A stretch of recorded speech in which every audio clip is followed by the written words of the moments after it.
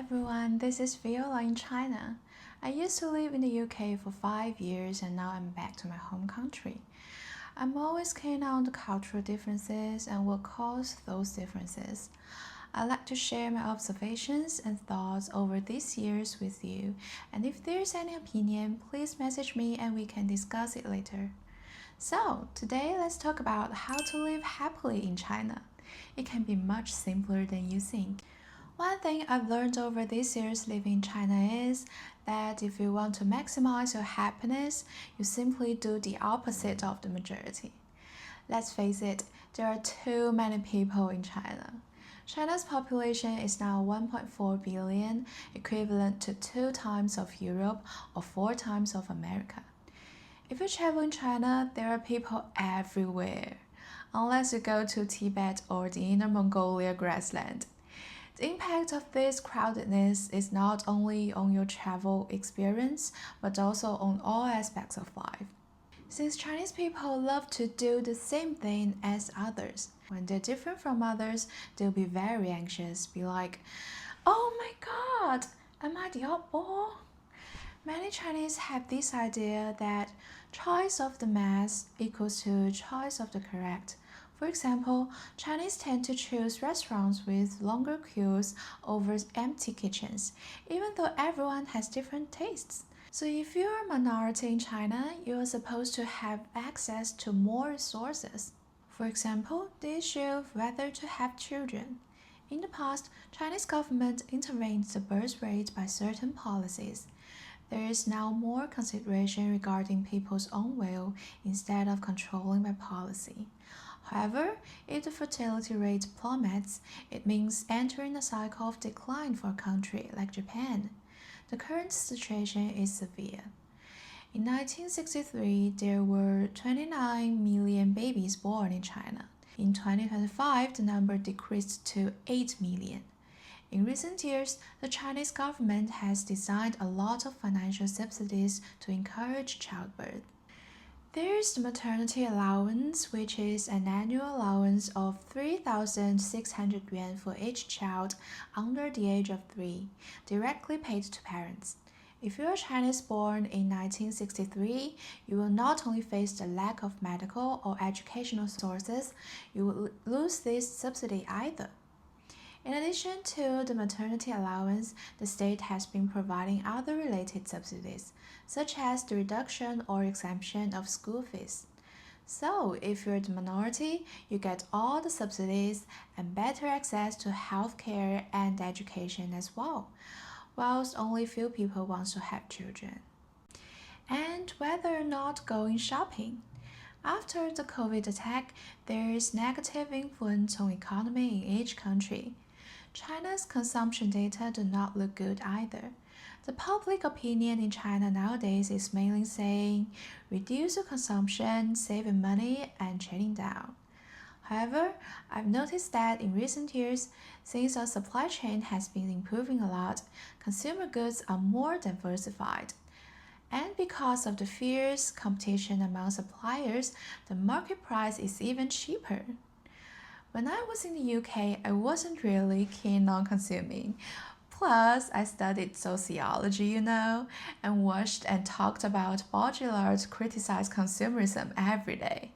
So I've always hated consuming for nothing. I was like the person who only buys necessities. But after living in China for several years, I found that consumption is now a patriotic act. It is win-win to make effort to China's industrial development as well as to enjoying superficial materialistic pleasures at the same time by spending little money. Moreover, China has been stimulating consumption because people are much less willing to. The state has issued subsidies for certain goods like household electrical appliances. For example, a washing machine that used to cost 1,500 yuan now costs less than 1,000 yuan. The government pays the remaining for you. Previously, as a country which secondary industry acted as the pilot industry, China has relatively few holidays, as factories must shut down during the holidays, and the cost of stopping and restarting large machinery is super high. But in order to encourage consumption these days, the state also promotes companies to set more day offs, increases holidays, and supervise based on labor law more strictly. Now I go on vacation and buy things is not consumption, it's charity. It's for the benefit of my country. I love traveling as well. A few years ago, when the COVID-19 broke out, everyone was like frightened to go outside, whilst I traveled even more during that period. Of course, on the condition that good precautions were taken and wouldn't affect epidemic prevention. Traveling during those years have been fantastic, with hotel prices cut in half and airfares 10% off. It's not only about the cheap price, since the popular scenic spots were no longer crowded as they used to be. There's literally nobody. The atmosphere was even much better. If you look at the numbers, there were 2.9 billion domestic tourists in China in 2020 and 5 billion in 2025. Imagine the difference. I've been to the beach in Hainan in 2020, and my friend and I were like the only persons on the whole beach. It felt like the ocean belonged to us. I'll never have an experience like that ever. From another aspect, I want to discuss China's healthcare system a little. Recently, many people have finally found out that China's healthcare system is much more efficient and easier to access. That is totally true, but I'm worried about the generation of our medical resources polarization, which has been caused by our population and behavior pattern. The Chinese are more likely to act on previous experience of the majority rather than making judgments based on their own preferences. For example, everybody says that a hospital or doctor is great at heart surgery, and patients with heart disease all over the country will go to see that doctor. Most people don't choose a doctor because they prefer his or her treatment and therapeutic style. Thus, chief physicians in big cities are expensive and it can take more than a month to get an appointment, which is unbelievable in China. In contrast, no one goes to a small hospital in a small city, and even local people tend to go to a big city to see the doctor, even if it's hundreds of miles away. As a result, doctors in smaller cities have fewer chances to deal with different cases, less experienced and less professional. When the unprofessional tag is labeled, trust will decrease even further, and people who don't live in the big cities may find it more and more difficult to see a good doctor, which can turn our healthcare system into a vicious cycle. Last but not least, I want to make a prediction. The AI has been the center of attention these years. There's all kinds of hot money inflow and talented people working for it. Too hot that some have questioned if it's a dangerous bubble. But I think investing in the humanities now is a good choice, because to some extent, AI has suppressed our daily emotional needs. It can reduce real communication and emotional support. This creates more demand for human products. At the same time, China has always been trying to contribute a renaissance. The state would also gradually increase its support of art and humanity industry along with our AI development. So I believe there is good potential in this kind of fields. China is a huge country with enormous population. You may find it difficult to sum up characteristics of China or the Chinese people.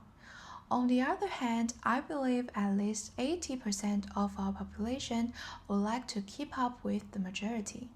If you know what are the most concerned topics in China right now, what the mass are paying attention to, the Chinese are actually very predictable. Especially when the Chinese government is becoming more and more credible, we are like spoiled children who are able to unconditionally follow the policy guidance.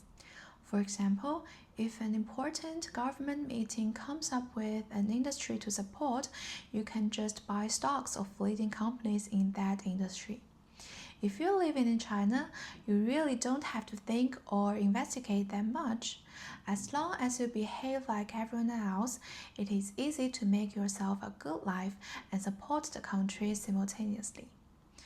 Our personal growth, family harmony, and occupational outlook are all closely and mainly tied to national economic cycle.